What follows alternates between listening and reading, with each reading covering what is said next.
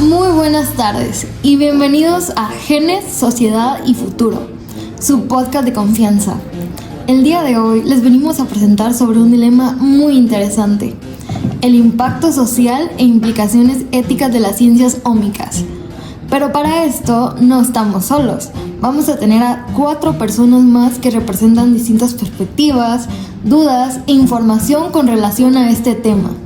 Y entre ellos son nuestra científica con enfoque en biología molecular, que nos va a hablar más a fondo de los nuevos temas de investigación. Hola, muy buenas tardes. Nos emociona poder empezar a hablar sobre temas como la edición genómica de alta precisión, con temas relacionados a la discriminación génica, la privacidad de datos ómicos y biobancos. Aquellos nuevos descubrimientos que día con día van surgiendo como esas herramientas que podrían utilizarse no solo para tratar enfermedades, sino también para seleccionar o modificar características humanas, lo que abre la puerta a prácticas discriminatorias, estigmatización y una posible clasificación de las personas según su información genética. Contamos con una bioticista que nos ayudará a comprender el cómo se relaciona esto con los dilemas éticos. Hola. Claro, es muy importante empezar a hablar sobre cómo estos temas, aunque interesantes, tienen repercusiones éticas. El análisis de estos dilemas desde un punto ético nos ayuda a evaluar las consecuencias sociales y humanas del uso de las ciencias ómicas, para que sus avances se apliquen de manera responsable, justa y segura, protegiendo la privacidad, evitando la discriminación genética y asegurando que los beneficios de la ciencia lleguen a toda la población y no solo a unos pocos. ¡Ey! Pero eso no es todo. Además, también se encuentra con nosotros un abogado, defensor de los derechos humanos, que nos ayudará a tener una perspectiva legal y social. Sí, claro, hola. Es de suma importancia en este tema el poder enfocarnos en cómo las ciencias ómicas pueden afectar a los derechos fundamentales, como lo pueden ser la privacidad, la igualdad, la no discriminación genética y el acceso justo a los beneficios de la medicina de precisión. Y por último, pero no menos importante, tenemos a una ciudadana, la voz del pueblo.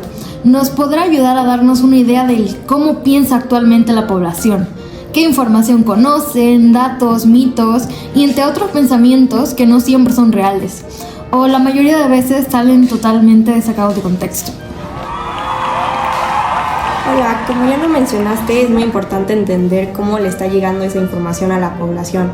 En realidad, muchas veces estos temas no se explican de forma clara y lo poco que se sabe suele venir de redes sociales, noticias incompletas o incluso películas, lo que muchas veces genera confusión.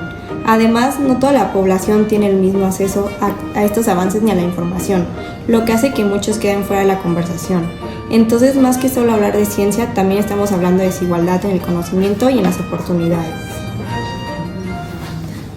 Muy bien. Ahora, quisiera preguntarle a la doctora, ¿cuáles son los temas que usted considera más importantes con relación al tema a tratar hoy? Yo creo que un tema que está relacionando mucho en este momento es la edición genómica de alta precisión. Pero en este caso, con relación a la discriminación génica, es un tema súper interesante. Pero antes de hablar de eso, podemos empezar a hablar sobre básicamente qué es la edición génica.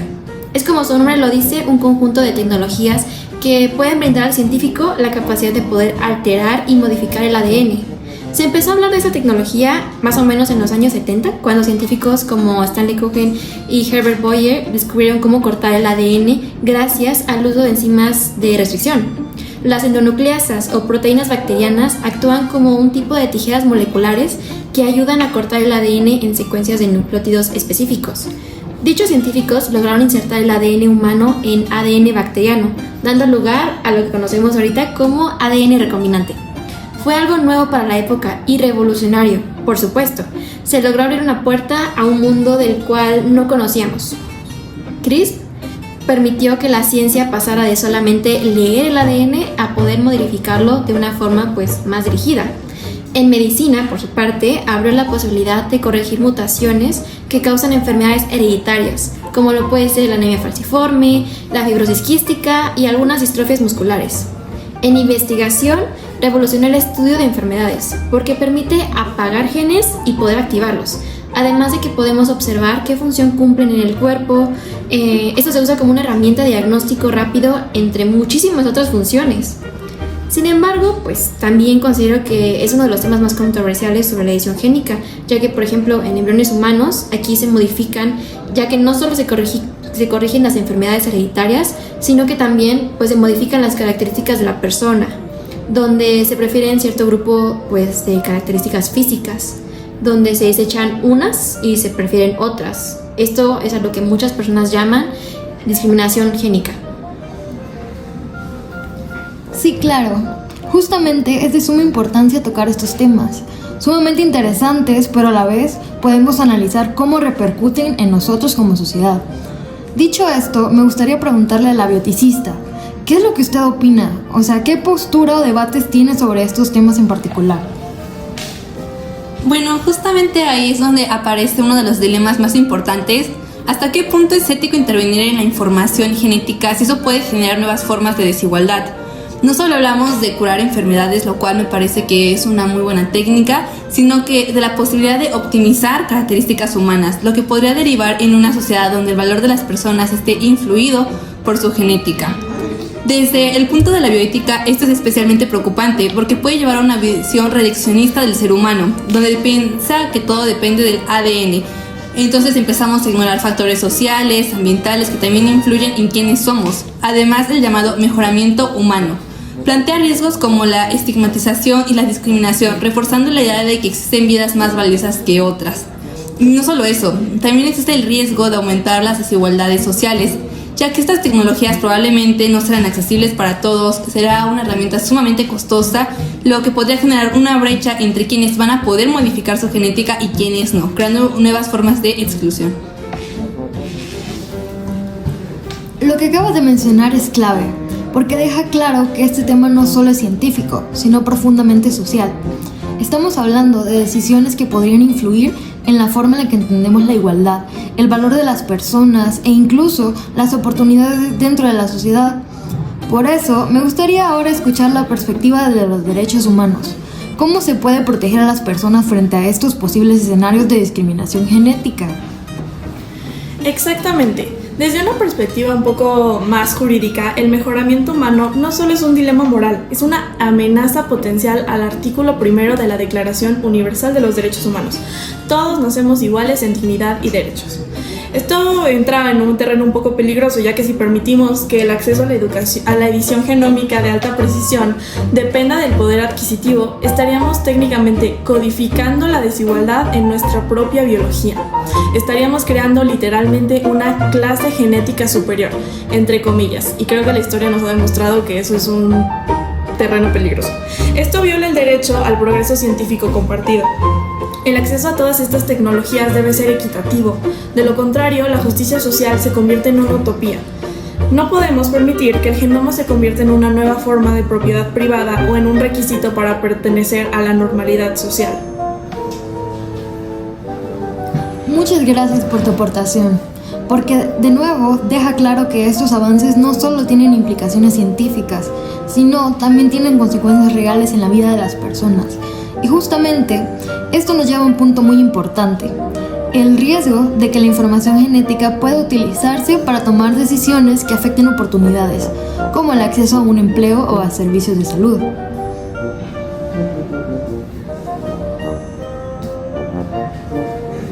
Tengamos en cuenta que aproximadamente el 80% de las enfermedades raras que afectan aproximadamente 450 millones de personas en todo el mundo son causadas por factores genéticos, la mayoría de los cuales se deben a mutaciones de un solo gen. De esas enfermedades raras, el 83% son congénitas, hereditarias o pediátricas. Y entre los trastornos genéticos que afectan al desarrollo fetal e infantil se incluyen trastornos metabólicos, congénicos, que pueden provocar daños en los nervios, en las deficiencias de surfactante que pueden provocar una disminución en la función pulmonar, y los trastornos hemorrágicos y los trastornos de hemoglobina, así como las anomalias cromosómicas que afectan la función de múltiples órganos. Y claro está, es un punto de vista importante, pero también está la parte de cuando se hace una edición genética para la modificación de la característica de un embrión, como lo puede hacer en características físicas como el color de ojos, en los genes donde está los genes OCA2 y HRC2 del cromosoma 15, del color de cabello relacionado con los genes MCR1, el color de la piel con los genes TIR, TIRP1, OCA2, además pues de múltiples rasgos faciales que pueden ser modificados durante este tipo de tecnologías. La doctora tiene un buen punto. Pero, ¿qué implicaciones tiene este tipo de situaciones en términos de justicia e igualdad? En ese sentido, me gustaría retomar la discusión desde la bioética. Desde la bioética, la discriminación genética es especialmente preocupante porque puede ocurrir incluso antes de que una persona desarrolle una enfermedad. Es decir, alguien podría ser excluido de un trabajo o de un seguro médico solo por su predisposición genética, lo cual vulnera los principios básicos como la justicia y la igualdad. Además, sabemos que este tipo de discriminación no es solo teórica, sino que suele darse principalmente en ámbitos como el empleo, seguros, donde la información genética puede utilizarse para negar oportunidades o aumentar costos simplemente por el riesgo de desarrollar una enfermedad en el futuro. Esto genera un problema aún más profundo, el miedo. Muchas personas evitan hacerse pruebas genéticas o participar en investigaciones científicas por temor a que sus datos sean usados en su contra, lo que incluso puede frenar los avances de la medicina. Y aunque existen leyes para proteger a las personas, estas no siempre cubren todos los ámbitos, lo que deja vacíos importantes y mantienen vigente el riesgo de abuso de información genética. Por eso, desde la bioética, no solo se trata de reconocer el problema, sino de garantizar que el uso de la información genética respete la dignidad humana, proteja la privacidad y no se convierta en una herramienta de exclusión social. Por eso mismo, me gustaría nuevamente oír la opinión sobre los defensores de derechos humanos, ¿qué tanto están estas tecnologías que podrían alterar la genética? ¿Si estamos haciendo un bien a la sociedad? Lo que mencionas es clave, porque muestra que la discriminación genética puede tener consecuencias reales en ámbitos como el empleo o la salud. En este sentido, me gustaría escuchar la perspectiva desde los derechos humanos. ¿Cómo puede proteger a las personas frente a este tipo de situaciones? Justo lo que mencionas es el resultado directo de la falta de garantías legales sólidas. En derecho hablamos del derecho a la no discriminación genética. Absolutamente nadie debería ser juzgado por lo que podría llegar a ser según sus nucleótidos. El uso de biobancos y datos sómicos por parte de empleadores o aseguradoras es una invasión a la privacidad, más profunda que cualquier otra, porque la información genética es la huella definitiva de nuestra identidad. Lo que necesitamos son leyes que no solo prohíban la discriminación, sino que protejan el consentimiento informado, ya que es de suma importancia que el ciudadano pueda tener el derecho al control total sobre su mapa genético. Si la ley no evoluciona al mismo ritmo que CRISPR, el derecho a la intimidad desaparecerá y seremos reducidos tan solo a una base de datos procesable para intereses comerciales. Y creo que es un problema en el que todas las perspectivas deben trabajar unidas para poder llegar a una resolución.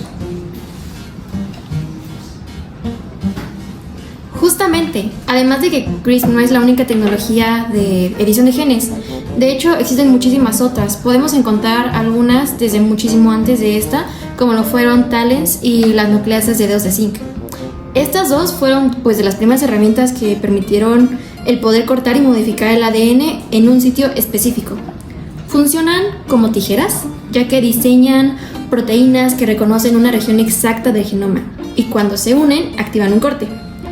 Su utilidad principal ha sido pues corregir o desactivar genes relacionados pues con enfermedades, pero también abrieron el debate ético sobre hasta qué punto es correcto modificar la genética humana, especialmente pues si no se usa con fines médicos. Después de CRISPR llegó otra que simplificó muchísimo el proceso porque usan una guía de ARN para dirigir ese corte. Eso hizo que la edición genética se volviera pues más accesible y rápida, lo que aumentó su potencial en medicina, pero también su riesgo del mal uso, como la creación de lo que a muchas personas llaman bebés diseñados, a la desigualdad genética o incluso experimentos sin regulación, como lo puede ser el sistema FANSOR, que es una tecnología pues hasta cierto hablar pues técnicamente reciente de edición génica, que funciona de manera parecida a CRISPR, pero usando una proteína diferente.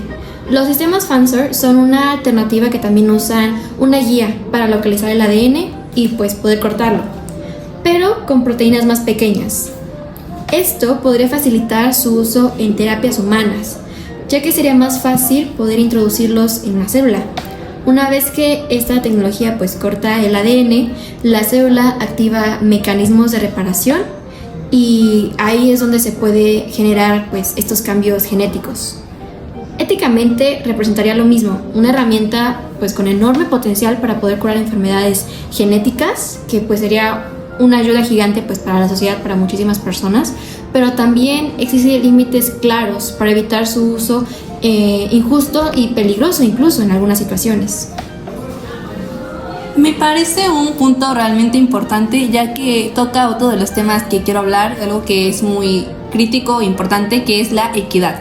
Si bien estos avances solo están disponibles para ciertos grupos con recursos, podríamos aumentar una brecha social, creando una especie de privilegio biológico donde solo algunos tienen acceso a mejorar su salud o incluso sus capacidades. De hecho, varios expertos advierten que esto podría llevar a una nueva forma de estratificación social, en la que las personas con las mejoras genéticas tendrían ventajas no solo económicas, sino también biológicas. Podríamos tener como ejemplo que tendrían una mayor resistencia a enfermedades o mejores capacidades cognitivas, entre otras características, lo que esto podría generar una división entre una élite genéticamente mejorada y el resto de la población. Además, si estas modificaciones se heredan de generación en generación, las desigualdades podrían perpetuarse durante décadas, creando diferencias cada vez más marcadas entre grupos humanos. Desde la bioética, esto representa una amenaza para principios fundamentales como la igualdad de oportunidades y la cohesión social, porque el valor de una persona podría empezar a medirse por la calidad de su genética y no por su dignidad humana. Nuevamente, me gustaría tener la opinión de mi compañera defensora de derechos humanos, ya que este punto me parece de suma importancia para saber sobre el cambio que tendrán estas modificaciones en la población. Estoy totalmente de acuerdo con todo lo que acabas de desarrollar. Solamente quiero concluir con que tenemos que recordar pues, que la ciencia no va a ser neutral cuando es aplicada a una sociedad que es desigual. Mi labor es asegurar que el derecho de la salud no se confunda con el derecho a la perfección. Debemos establecer tratados internacionales que declaren al genoma humano como patrimonio de la humanidad. La tecnología ómica tiene un potencial increíble para erradicar el sufrimiento, pero si no lo rodeamos de un marco de derechos humanos sólido, corremos el riesgo de repetir los errores del siglo pasado bajo una eugenesia liberal, disfrazada de libre mercado. La dignidad humana es innegociable, independientemente de lo que diga nuestra secuencia de ADN. Maravillosos puntos de vista. Me parecen puntos realmente importantes, ya que estamos hablando de un cambio sumamente radical en nuestra sociedad, donde este avance tan moderno podría retroceder en años de inclusión. ¿Alguna otra opinión que tengas, compañera, sobre la bioética? Sí, mira, por eso es fundamental la educación. Creo que algo muy importante, estamos hablando sobre nuevas tecnologías que creo que están increíbles para el ámbito de la medicina, pero también creo que es importante, así como esas tecnologías van aumentando, creo que también es fundamental aumentar la educación y la divulgación científica respecto a esto. No basta con que la tecnología avance, la sociedad debe entenderla para poder tomar decisiones informadas y participar en estos debates. De hecho, casos como la modificación genética de embriones humanos con la técnica de CRISPR generaron mucha preocupación dentro de la comunidad científica, porque se realizaron sin suficiente claridad sobre los riesgos y sin un consenso ético adecuado. Esto demuestra que las decisiones sobre edición genética no pueden quedar únicamente en manos de científicos o empresas, ya que las consecuencias impactan directamente a toda la sociedad. Y justamente aquí surge una pregunta muy importante. ¿Realmente la población conoce lo suficiente sobre estos avances y sus riesgos? ¿O muchas veces la información que llega está incompleta, exagerada o fuera de contexto? Creo que sería interesante escuchar la perspectiva de nuestra ciudadana sobre cómo percibe la sociedad este tipo de temas y qué tanto conocimiento existe realmente alrededor de ellos. Así que, compañera. Yo creo que la mayoría de las personas no tienen un conocimiento completo sobre estos temas. Muchas veces la información llega exagerada o fuera de contexto, lo que muchas veces también genera miedo o expectativas irreales. Por otro lado, hay quienes que ven estas tecnologías como algo muy positivo, así como una solución para todas estas enfermedades. Pero por otro lado, también hay temor de que se usen de manera incorrecta. Por ejemplo, al discriminar o para decidir quién tiene más valor según su genética. También influye mucho el nivel educativo y el acceso a esta información confiable. Hay varios sectores de la población que ni siquiera saben qué son las ciencias ómicas, mientras que otros ya están discutiendo sus implicaciones éticas. Esta diferencia crea una brecha importante. Por eso creo que es fundamental que estos temas se comuniquen mejor de manera sencilla y accesible, para que más personas puedan entenderlos y participar en las decisiones que al final nos afectan a todos. Haciendo presencia la voz del pueblo. Bueno, muchas gracias por sus aportaciones. Se pone en evidencia la brecha en el acceso a la información y cómo esto va a influir en la percepción social de estas tecnologías. Si nos detenemos un momento, ahí es donde entra nuevamente la bioética, que busca orientar estos avances para que su desarrollo sea responsable y no genere desigualdades o dominación. Con esta idea, damos paso nuevamente a la perspectiva bioética. Por último, me gustaría decir que la bioética no busca frenar la ciencia, sino guiarla para que los avances científicos se desarrollen de manera responsable y respetando la dignidad humana. Organismos internacionales como la UNESCO han señalado que estas tecnologías como la edición genética deben analizarse desde una perspectiva ética y de derechos humanos, porque aunque pueden ayudar a prevenir enfermedades, también pueden generar problemas relacionados con la privacidad, la desigualdad y la discriminación genética. Además existe la preocupación de que las personas comiencen a ser valoradas únicamente por su información genética, lo que podría aumentar la estigmatización y las diferencias sociales. Por eso es tan importante que no solo los científicos participen en estas decisiones, sino también la sociedad, ya que son temas que impactan directamente el futuro de la humanidad. Y justamente aquí me gustaría escuchar la perspectiva de nuestra ciudadana. ¿Cómo crees que la población percibe estos avances? Desde mi punto de vista, la sociedad tiene una mezcla de curiosidad, esperanza y miedo frente a estos avances. Queremos los beneficios como curar enfermedades, pero también nos preocupa tener la privacidad o que se generen nuevas desigualdades. Creo que algo clave es que la población no solo reciba información, sino que también tenga espacios para opinar y ser escuchada, porque al final estas decisiones no solo afectan a científicos o médicos, sino también a toda la sociedad. Si no se incluye la ciudadanía en estos debates, existe el riesgo de que se tomen decisiones sin considerar lo que realmente necesita o preocupa a las personas. Bueno, tuvimos muchos puntos de vista, aportaciones el día de hoy. Hoy quedó muy en claro que las ciencias ómicas y la edición genética ofrecen grandes beneficios en la salud, pero también plantean retos importantes en la equidad, ética y derechos humanos. El desafío no va a ser solo científico, sino también social, asegurando que estos avances no aumenten desigualdades y que la población tenga información suficiente para poder participar en las decisiones.